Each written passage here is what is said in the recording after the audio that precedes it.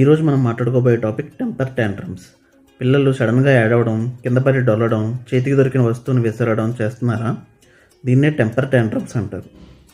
ఇవి సాధారణంగా 1 నుంచి 4 ఏళ్ళ వయసు పిల్లల్లో సాధారణంగా చూస్తూ ఉంటాం.